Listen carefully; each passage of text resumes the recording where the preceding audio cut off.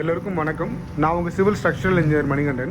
இந்த வீடியோவில் செங்கலோட water absorption கெப்பாசிட்டியை பற்றி தான் பார்க்க போகிறோம். வாங்க வீடியோக்குள்ளே போகலாம்.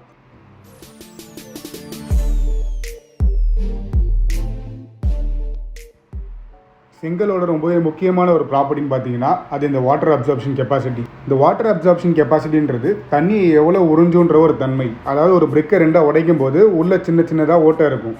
அந்த ஓட்டை எவ்வளோ இருக்கோ அதுக்கேற்ற மாதிரி அதோட வாட்டர் அப்சர்ப்ஷன் கெப்பாசிட்டி இருக்கும். இதுதான் போர்ஸ்ன்னு சொல்லுவோம். போர்ஸ் நிறைய இருந்ததுன்னா அந்த பிரிக்கில் கம்ப்ரெஷன் ஸ்ட்ரென்த்தும் இருக்காது, அதுவே தண்ணியுமே அதிகமாக இழுக்கும். ரெண்டாவது விஷயம், மழை காலங்களில் சுவரோட வெளிப்புற சர்ஃபேஸில் பார்த்தீங்கன்னா சின்னதாக கிராக் இருந்ததுன்னா மழை தண்ணி உள்ள அந்த கிராக் வழியாக புகுந்து பிரிக்கை கான்டாக்ட் பண்ணும். பிரிக்கை கான்டாக்ட் பண்ணி அந்த பிரிக்கில் வாட்டர் அப்சர்ப்ஷன் கெப்பாசிட்டி அதிகமாக இருக்கும்போது அது தண்ணியெல்லாம் இழுக்க ஆரம்பிச்சிடும். இழுத்து அது செவரோட மறுபக்கத்தில் காட்ட ஆரம்பிச்சிடும். இது ஓதம் மாதிரி நமக்கு வீட்டோட செவரில் தெரிய ஆரம்பிச்சிடும். இந்த ரெண்டு காரணத்துக்காக தான் செங்கலோட வாட்டர் அப்சர்ப்ஷன் கெப்பாசிட்டியை நம்ம செக் பண்ணி சைட்டில் பயன்படுத்தணும். சரி, இதை எப்படி நம்ம சைட்டில் செக் பண்ணுறதுன்னு பார்ப்போம். 3 செங்கலை ரேண்டமாக எடுத்துக்கோங்க. அந்த 3 செங்கலில் 1, 2, 3ன்னு சொல்லிட்டு 3 மார்க்கிங் பண்ணுங்கள். சாம்பிள் 1, சாம்பிள் 2, சாம்பிள் 3ன்னு 3 மார்க்கிங் பண்ணிவிட்டு அந்த 3 செங்கலோட வெயிட் எடுக்கணும்.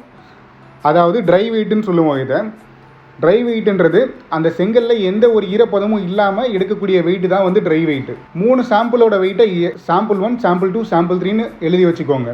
3 செங்கல் சாம்பிளோட ட்ரை வெயிட்டை மெஷர் பண்ணி வச்சதுக்கப்புறம் ஒரு பக்கெட் நிறைய இல்லை ட்ரம்மில் தண்ணியை பிடிச்சி வச்சுக்கணும். இந்த ட்ரம்மில் அந்த 3 சாம்பிளையும் போட்டுருங்க. இந்த சாம்பிளை 24 மணி நேரத்துக்கு நம்ம டிஸ்டர்ப் பண்ணவே கூடாது. அது அந்த தண்ணியிலேயே 24 மணி நேரம் இருக்கணும். ஸோ இந்த 24 மணி நேரம் கழித்து அந்த 3 சாம்பிளையும் எடுத்து ஒரு நல்ல ஒரு க்ளீன் கிளாத்தில் தொடச்சிட்டு அதுக்கப்புறம் அந்த 3 சாம்பிளையும் திருப்பி வெயிட் பண்ணுங்கள். இந்த 3 வெயிட்டையும் தனியாக நோட் பண்ணி வச்சுக்கோங்க. சாம்பிள் 1ஓட வெயிட் தனியாக, சாம்பிள் 2ஓட வெயிட்டு, சாம்பிள் 3ஓட வெயிட்டு. இதை வெட் வெயிட்டுன்னு சொல்லுவோம். வாட்டர் அப்சர்ப்ஷன் கெப்பாசிட்டியை நம்ம பர்சன்டேஜில் கண்டுபிடிப்போம். ஸோ இந்த பர்சன்டேஜை கண்டுபிடிக்கிறதுக்கு ஒரு ஃபார்முலா இருக்குது.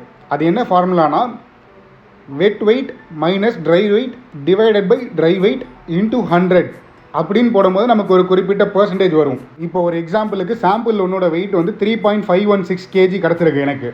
அதே இந்த சாம்பிள் 1ஓட வெட் வெயிட் பார்த்தீங்கன்னா 3.797 kg கிடச்சிருக்கு.